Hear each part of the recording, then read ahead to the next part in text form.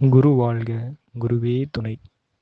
ஐயா, இந்த யோகத்தால் தன்னிலை பெற்று அதில் நிலை பெறுவதற்காக அலுப்பு தரக்கூடிய உழைப்பு போன்று அந்த முயற்சி, என்னுடைய முயற்சி இருந்தது. நான் பிரம்மம் என்ற உறுதிப்பாட்டில் இருந்து அடிக்கடி பெரும்பாலான நேரங்களில் நான் உடல் என்ற நிலைப்பாட்டுக்கு நழுவி வரும் பொழுது பல மாதங்களாக இந்த அலுப்பு அல்லது உழைப்பு திடமாக இருந்தது. இதுவே மாதங்கள் போக போக தங்களின் ஓர்மொழி உபதேசம், தொடர் சத்சங்கம் பதிவேற்றத்தாலும் இந்த நிலை மாறி நான் பிரம்மம் என்கிற உறுதிப்பாடு பல நேரங்களிலும், சில நேரங்களில் உலகம் பிரம்மாண்டமானதாகவும் நான் அற்ப உடல் என்றும் மயக்கத்துடன் உலக விஷயங்களில் ஈடுபடுவதாக மாறியது. இது எப்படி என்றால், பிறந்ததிலிருந்து எப்படி ஞானம் பெறாதவரின் பேச்சை கேட்டு கேட்டு அஞ்ஞானம் சூழ்ந்து கொண்டதோ, அதே போல ஞான குருவான தங்களின் பேச்சை கேட்டு கேட்டு மெஞ்ஞானம் சூழ்ந்து கொண்டது. இப்போது நான் பிரம்மம் என்பதால் எனக்கு இங்கு எதுவுமே அதிசயமாக தெரியவில்லை. பிரபஞ்சம் எவ்வளவு பிரம்மாண்டமானதாக கூறப்பட்டாலும் அவை இந்த கண் புலனுக்குத்தான்.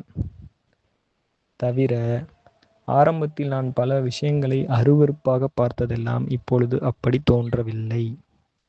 முன்பு மதங்கள், கடவுள்கள் சார்ந்த அத்தனை விஷயமும் எனக்கு எரிச்சல் தரக்கூடியதாக இருக்கும்.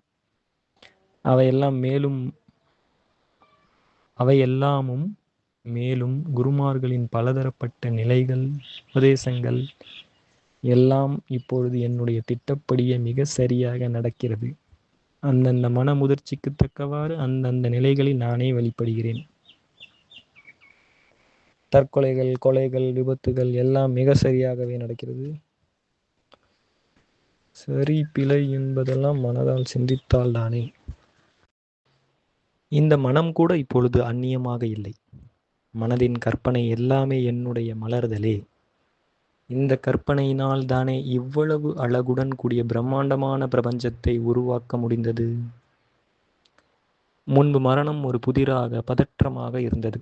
இறந்துவிட்டால் என்ன ஆகும் என்ற.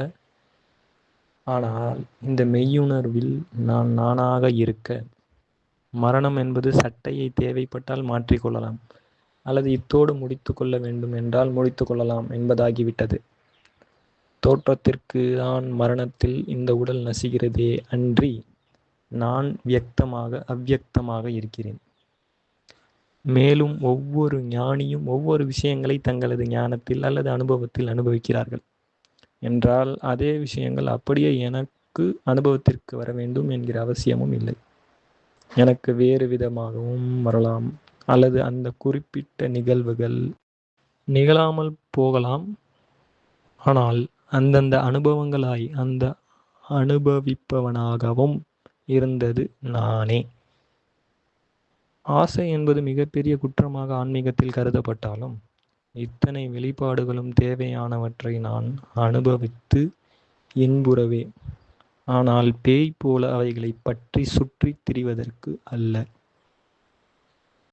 யோகமும் தியானமும் தொடர்ச்சியாக இருக்க, நான் பிரம்மம் என்பது உறுதிப்பட, இந்த கோபம், மோகம், பொறாமை, விரக்தி, கவலை போன்ற சக்தியை குறைக்கக்கூடிய விஷயங்கள் குறைகின்றன.